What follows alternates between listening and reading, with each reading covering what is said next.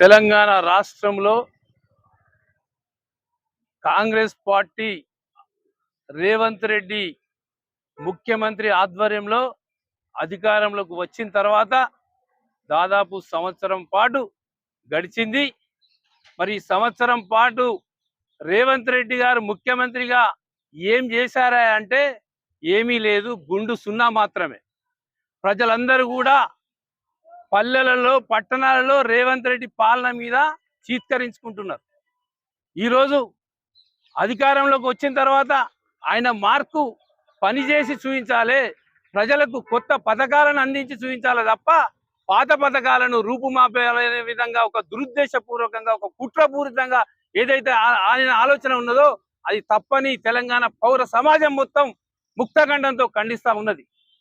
ఆయనకు తెలియదా? ఆయన ఒక ముఖ్యమంత్రిగా ఈరోజు కొత్తగా రాజ్యాలు శాశ్వతం కాదు, రాజులు శాశ్వతం కాదు. గతంలో ఎంతో మంది ఇట్లాంటి వాళ్ళను ఎంతో మంది ముఖ్యమంత్రులు కూడా మన తెలంగాణ రాష్ట్రంలో చేసినటువంటి సందర్భం ఉన్నది. ఎవరు కూడా ఇట్లాంటి పాలన కానీ ఇట్లాంటి మాటలు కానీ మాట్లాడినటువంటి సందర్భం లేదు.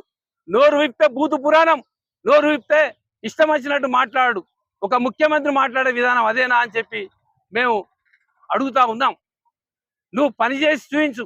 100 రోజులలో 6 గ్యారంటీలు, 13 హామీలు, 420 హామీలు ఉన్నాయి ఆయన. మరి అందులో ఒక్కటన్నా నెరవేర్చిందా అంటే అందులో 3 ఉద్దర పథకాలు. మహాలక్ష్మి ఆర్టీసీకి ఉద్దరబెట్టుడే, కరెంటు ఉద్దరబెట్టుడే, ఆరోగ్యశ్రీ ఉద్దరబెట్టుడే. మరి నగదు పథకాలు ఏందంటే రుణమాఫీ అన్నాడు. ఆ రుణమాఫీ కూడా సగం కూడా కాలేదు. రైతు భరోసా ఇయ్యలేదు.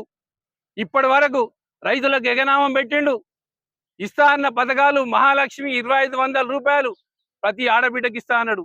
ఆసరా పెన్షన్లు 2000, నేను వచ్చుడితోనే నెల రోజులనే 2000 నుంచి 4000 ఇస్తా అన్నాడు.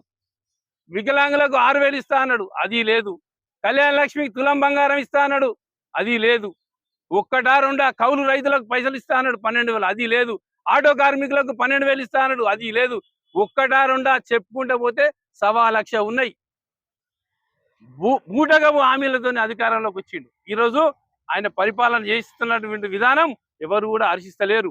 తెలంగాణ తల్లిని అందరూ మేధావులు, కవులు, కళాకారులు ఎంతో మందితోని ఆ రోజు కూర్చొని చర్చించుకొని ఈ విగ్రహాన్ని రూపొందిస్తే ఈరోజు ఆయన పెట్టిన తల్లి విగ్రహం ఎలా ఉందో ఒక్కసారి ఆలోచించుకోవాలి. ఆయన ఎవరి విగ్రహం పెట్టిండు?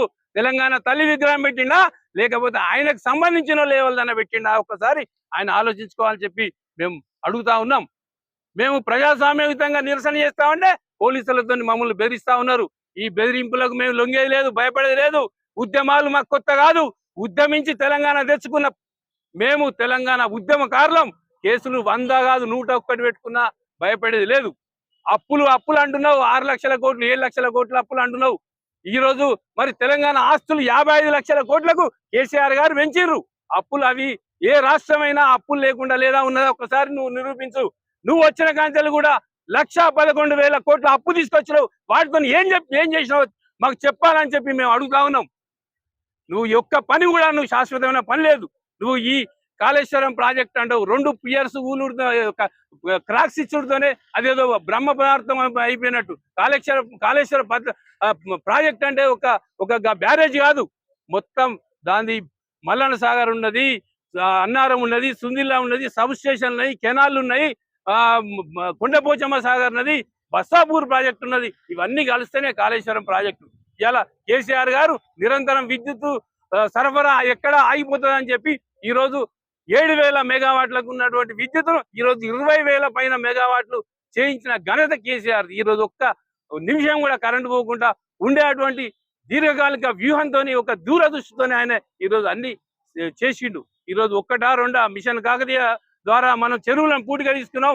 మిషన్ భగీరథ ద్వారా గోదావరి జలాలు అందించుకున్నాం. మా గోదాములల్లో నిల్వకు తక్కువ కెపాసిటీ ఉంటే 22,000 గోడౌన్స్ కట్టుకున్నాం. కొత్తగా చాలా కట్టుకున్నాం, చాలా చేసుకున్నాం కేసీఆర్ గారి ఆధ్వర్యంలో. ఈ రోజు రేవంత్ రెడ్డి వచ్చి ఆయన మార్కు పాలన చేయాలి, ఆయన మనక ఇంతకంటే ఎక్కువ మెరుగైన పథకాలను అందించి ప్రజల మెప్పు పొందాలి. కానీ కేసీఆర్ గారి తీసేసి తుడిచిపెట్టి నేనేదో మునగాన్ని అనిపించుకుంటే ప్రజలు ఖచ్చితంగా నీకు గుణపాఠం చెప్తారు. అది అతి త్వరలోనే ఉంటుందని చెప్పి మేము ఈ సందర్భంగా తెలియజేసుకుంటున్నాం. జై తెలంగాణ, జై తెలంగాణ, జై కేసీఆర్.